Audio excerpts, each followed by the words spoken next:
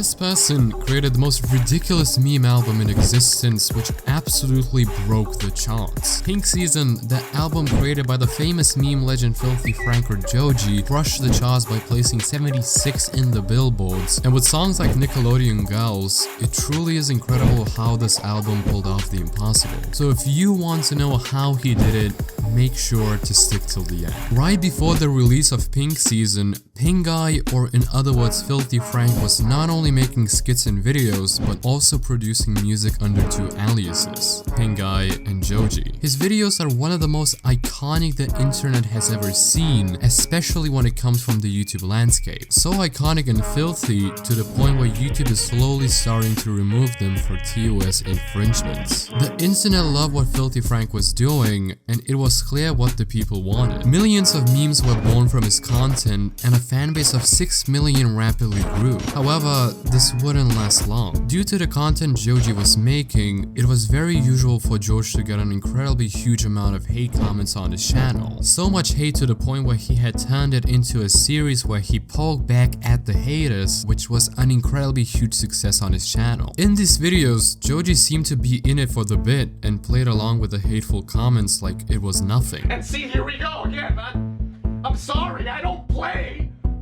I don't know what these are. But on December 2017, disaster struck. FilthyFrank had made the announcement that he was discontinuing the show due to the lack of interest in continuing it and the poor health conditions that he was facing. I have not been well the last couple months. Long story short, I was born with this, but I was recently diagnosed with a brain condition that ironically gives me seizures. However, a few weeks prior to his departure, FilthyFrank had released the album that would go on and break the charts, an album that was Pink Season. Despite being the only known album from Pink Guy, this wasn't actually his first ever album. It was his second ever album, with Pink Guy being the first one. The album got pretty decent results for being a bad shock humorish low budget album. It even got reviewed by Fantano, which he described as a lot of low budget beats and ukulele tunes set to humor that's so cheap Walmart can't even price match it. Which, fair to say, is as accurate of an explanation as it can get. Whilst Pink Guy was what most thought was peak musical glory in terms of comedy albums, was only the sequel to what Pink Season had delivered. The album had over 35 songs, all of which combined made the album 81 minutes long, yet after just only a week after the release of the album, Pink Season was already sitting in the top 80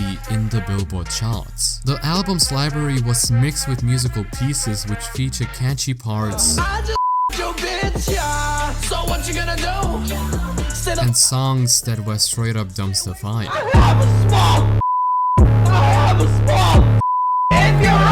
If these songs were so unbearably bad, then how did an album like this even get such good results? While the obvious driver for this album's unmatchable results was FilthyFrank's YouTube channel influence, you could say that if it wasn't for his YouTube career, the album wouldn't have done this well. However, believe it or not, the success of the album was also highly determined by Joji's actions. At the time, at around 2017, the internet was absolutely filled to the brim with edgy shock humor. Content creators such as iDubbbz TV, Max Mofo, and even Pyrocynical and Leafy Was Here were not only doing well on the site, but were also sparking brand new genres on YouTube. And the best piece of evidence to back this up are the crazy view counts that we see when going back to their prime years. The demand of the internet was clear, and Pink Guy knew exactly what he had to do. He made sure to create as many terrible, edgy songs as possible to deliver what the audience wanted. Suck my You ain't shit,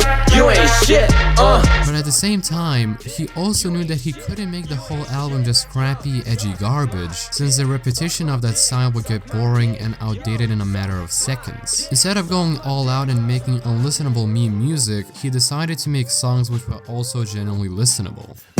Wanna act funny, try to be a man when he knows all runny. Go to pre-K. The music genre that Pink Guy tried to stay in was mainly hip-hop and rap, but it wasn't unusual for him to go off the rails into new genres such as ear rape and just simply the misery of living in Bosnia as a 55-year-old man. Despite being a meme album, Pink Guy's flow in some of these songs and the ability to spit some fat bars in songs such as Pink Life really shines. Riding around with a bump and a pound too. If you wanna leave a voicemail, hit the pound too. I got money out the orifice. I buy a girl Louis bag, shit's glorious.